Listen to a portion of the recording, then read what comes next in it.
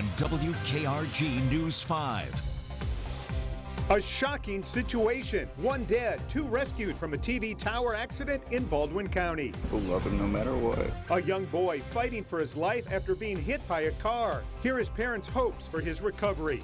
And an Alabama woman killed by a pack of dogs. It's really a tragedy. Hear about the brutal attack and why police are baffled by it. Local coverage you can count on. You're watching WKRG News 5 at 5. Thank you all for being here. I'm Cherish Lombard in for Devin Walsh. And I'm Peter Albrecht. Well, it's a dangerous job, and today it turned deadly for a worker doing maintenance on a TV tower in Baldwin County.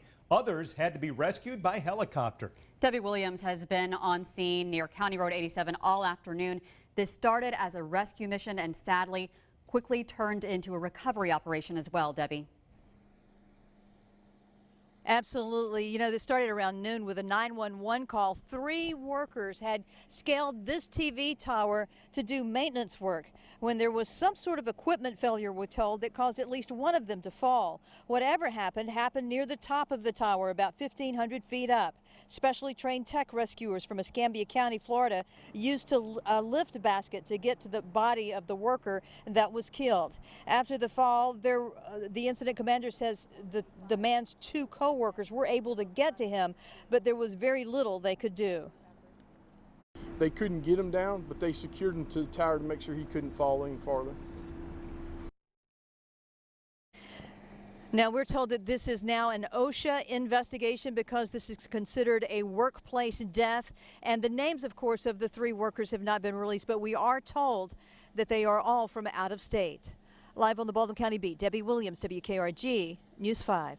An 11-year-old boy is fighting for his life after getting hit by a car over the weekend. WKRG.com mobile journalist Daniel Smithson talked with Colton Ward's parents this morning and has the latest on his injuries. Colton suffered a traumatic brain injury. His initial scans show no brain activity, but his family is still praying for a miracle. Colton Stone Ward, a name suited for a kid like Colton. When he was born, it was kind of rocky, so we gave him Stone because we felt like he's strong. He is. Colton was riding bikes with friends on Saturday when he was hit by a car at the intersection of Main Street and Kelly Street in Destin. At 11, he thought he was too cool for a helmet, and there's nothing more I wish than that he had that, because we may not be sitting here. Colton was taken by helicopter to Sacred Heart Hospital, where he remains in stable condition after surgery. His parents are getting second opinions and are hoping for the best. He's still in there fighting, so we're still praying. Before the accident, Colton was active in sports, playing wide receiver and quarterback in football and outfield in baseball. He loves FSU football, even getting a message from the team's starting quarterback.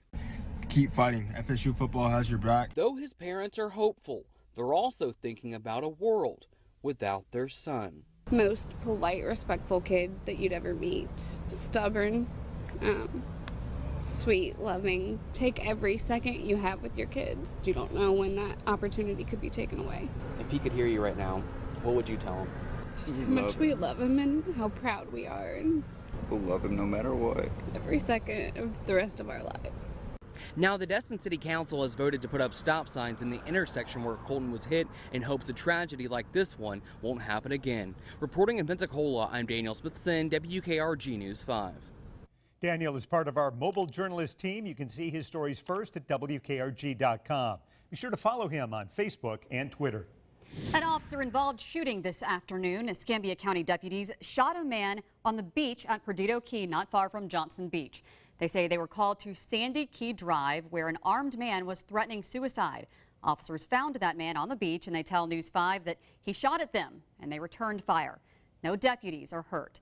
That man's condition is not being released at this time. Now, we broke the story on the WKRG News 5 app. You will always get information just like this for free when you download the app.